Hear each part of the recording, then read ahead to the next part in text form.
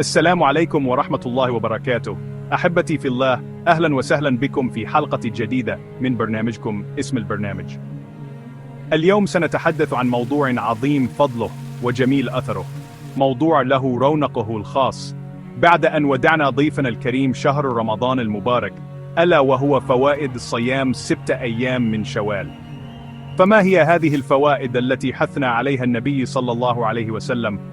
وكيف نستثمر هذه الأيام لننال رضا الرحمن ونضاعف من حسناتنا؟ تابعونا لنكتشف ذلك سويا.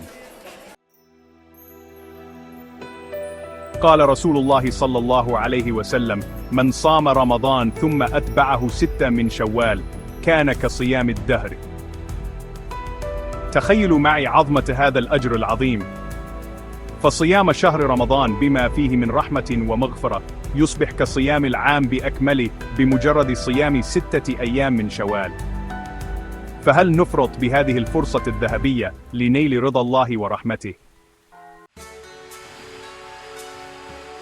إن صيام 6 من شوال ليس مجرد عبادة نؤديها، بل هو مدرسة إيمانية تصقل أرواحنا ونفوسنا، فهو يذكرنا بمعاني الصبر والتحمل، ويقوي عزيمتنا وإرادتنا في مواجهة شهوات الدنيا.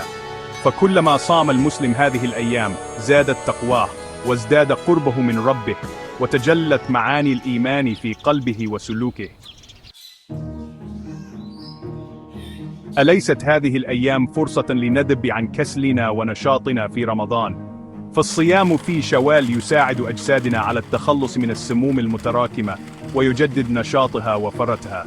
إنه تطهير للجسد ونقاء للروح ونفحة صحية نابعة من هدي النبي الكريم. لقد أثبتت الدراسات العلمية فوائد الصيام المتعددة للصحة الجسدية والنفسية، فهو يساعد على تحسين الهضم وتقوية المناعة وخفض ضغط الدم وغيرها من الفوائد الكثيرة. ففي صيام 6 من شوال ننال الأجر والثواب ونحظى بالصحة والعافية.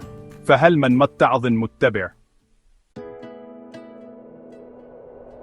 يعد صيام هذه الأيام تدريبا عمليا على الصبر والانضباط، فنحن نمتنع عن ملذات الطعام والشراب في أوقات معينة ونلتزم بآداب الصيام وأحكامه، وهذا يساعدنا على تربية أنفسنا وتزكية أخلاقنا وصقل شخصياتنا لتكون أكثر قوة وثباتا في مواجهة تحديات الحياة.